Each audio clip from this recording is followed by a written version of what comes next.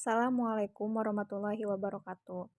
Perkenalkan, kami dari kelompok 4 akan membawakan materi tentang e-commerce dengan anggota Patan Muhammad Gaza, Rapi Putra Permana, Lutfetul Zahro, Clara Zaumi, dan Rizky Herdian. Caranya ada rumusan masalah. Yang pertama adalah definisi e-commerce, jenis-jenis e-commerce, manfaat penggunaan e-commerce dalam dunia bisnis, kekurangan dan kelebihan e-commerce, korelasi e-commerce dengan sistem informasi manajemen. Yang pertama yaitu definisi e-commerce. E-commerce menurut Kotler dan Armstrong ialah ketika seseorang dapat mengakses pembelian online melalui komputer yang digunakan oleh pemilik bisnis dalam melakukan transaksi jual beli dan digunakan oleh pelanggan dalam mendapat informasi dengan menggunakan komputer yang prosesnya diawali dengan memberi jasa informasi pada konsumen dalam menentukan pilihan. Selanjutnya akan dilanjutkan oleh teman saya. Selanjutnya adalah jenis-jenis e-commerce. Yang pertama adalah bisnis ke bisnis, transaksi bisnis antar pelaku bisnis dengan pelaku bisnis lainnya. Dapat berupa kesepakatan spesifik yang mendukung kelancaran bisnis. Yang kedua adalah bisnis to konsumen. Aktivitas yang dilakukan produsen kepada konsumen secara langsung. Yang ketiga ada konsumen ke konsumen. Aktivitas bisnis atau penjualan yang dilakukan oleh individu atau konsumen kepada individu atau konsumen lainnya. Dan yang terakhir adalah konsumen ke bisnis. Merupakan modal bisnis di mana konsumen atau individu menciptakan dan membentuk nilai akan proses bisnis. Yang selanjutnya akan dijelaskan oleh teman saya. Selanjutnya, manfaat penggunaan e-commerce dalam dunia bisnis. Yang pertama adalah mendapatkan pelanggan baru. Biasanya e-commerce digunakan untuk memungkinkan perusahaan agar mendapatkan pelanggan baru, baik itu yang berasal dari pasar domestik maupun pasar luar negeri, karena biasanya cakupannya tidak hanya di negara sendiri saja, bahkan di luar negeri. Yang kedua, menarik konsumen untuk tetap bertahan, karena dengan adanya e-commerce, konsumen bisa tetap mengakses toko yang diinginkan dimanapun dan kapanpun. Yang ketiga, meningkatkan mutu layanan. Dengan adanya e-commerce, memungkinkan perusahaan dapat meningkatkan pelayanan dengan menggunakan interaksi yang lebih personal sehingga dapat memberikan informasi sesuai dengan apa yang diinginkan oleh konsumen. Yang terakhir, melayani konsumen tanpa batas waktu. Dengan adanya e-commerce, pelanggan dapat melakukan transaksi dan memanfaatkan layanan suatu perusahaan atau suatu toko yang diinginkan tanpa harus terikat dengan waktu tutup atau bukanya suatu toko. Dan selanjutnya akan dijelaskan oleh teman saya. Di sini saya akan menjelaskan kelebihan dan kekurangan e-commerce ya.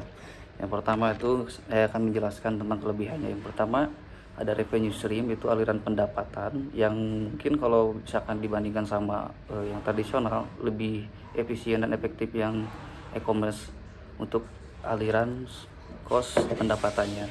Terus yang kedua itu market exposure, pangsa pasar. Nah, di e-commerce ini pangsa pasarnya itu sangat universal, sangat luas sekali. Jadi kita bisa menjalurkan pasar kita itu mau kemana tergantung produk kita masing-masing gitu. Nanti kita tinggal arahan. Oke, yang ketiga itu adalah operating cost, biaya operasional. Tentu saja biaya operasional di e-commerce itu cukup terjangkau, tidak seperti kita bikin kayak toko-toko offline ya. Kalau di e-commerce itu lebih simpel lagi dan biayanya juga sangat murah sekali. Simpel, kita tinggal bikin akun, udah kita bisa jualan gitu.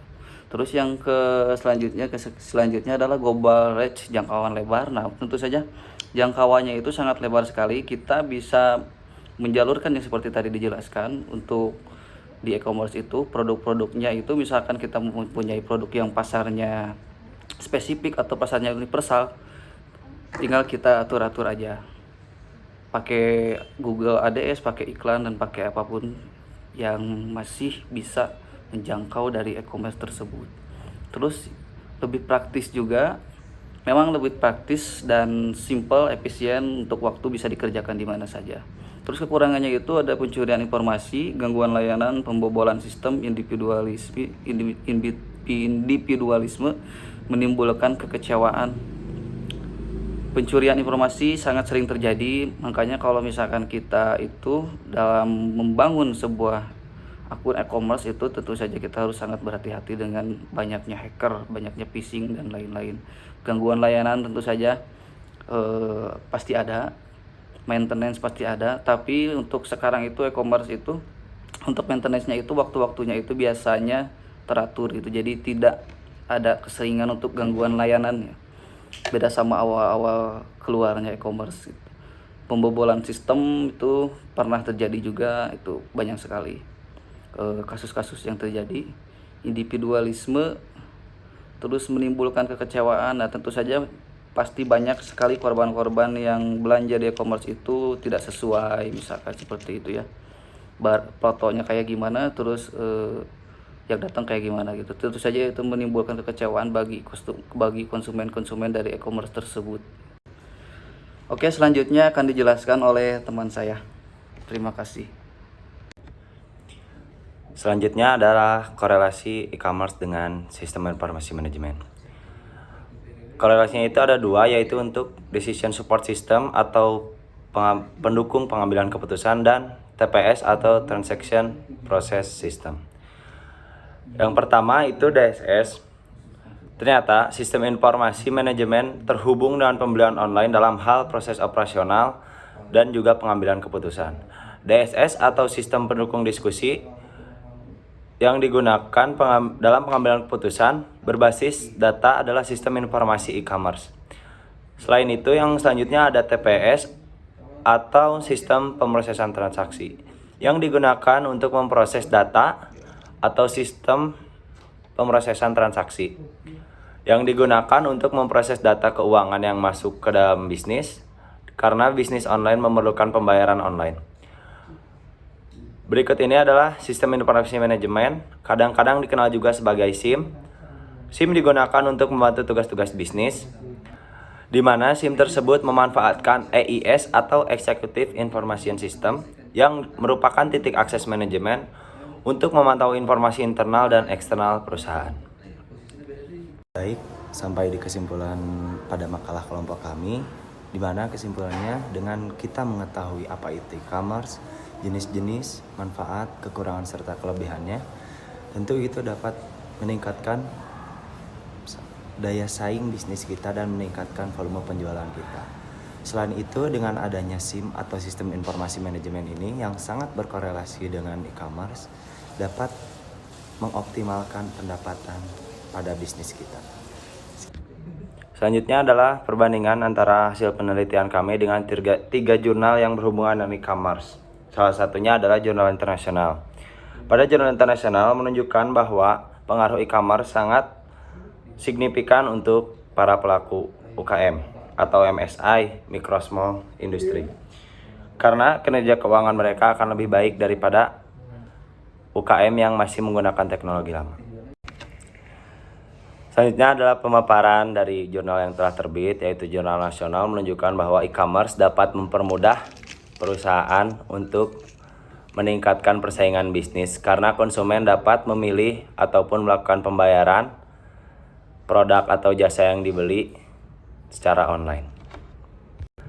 Selanjutnya adalah pemaparan dari jurnal nasional juga yang telah terbit, menunjukkan bahwa menggunakan indikator e-commerce ini, pelanggan dapat menikmati layanan yang cepat dan sederhana karena tidak perlu datang ke tempat untuk melakukan pemilihan produk maupun pembayaran produk.